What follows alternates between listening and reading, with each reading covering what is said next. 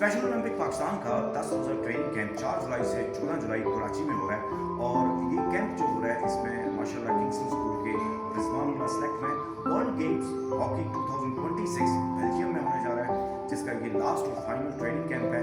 इन बच्चों ने, special Olympic की कोचेज़ ने और मैडम रौनक लखानी ने इसके लिए बड़ी मेहनत की है और बढ़िया एक बहुत बड़ा इवेंट होने जा रहा है। एबटाबाद के लिए काफ़ी फ़ख्र बात है कि एबटाबाद के रिजवानुल्लाह इस कैंप में जा रहे हैं। 10 रोज़ा ट्रेनिंग कैंप होगी और इस गर्मी में ये अपने मुल्क के लिए गोल्ड मेडल इंशाल्लाह उम्मीद है कि लेके आएंगे।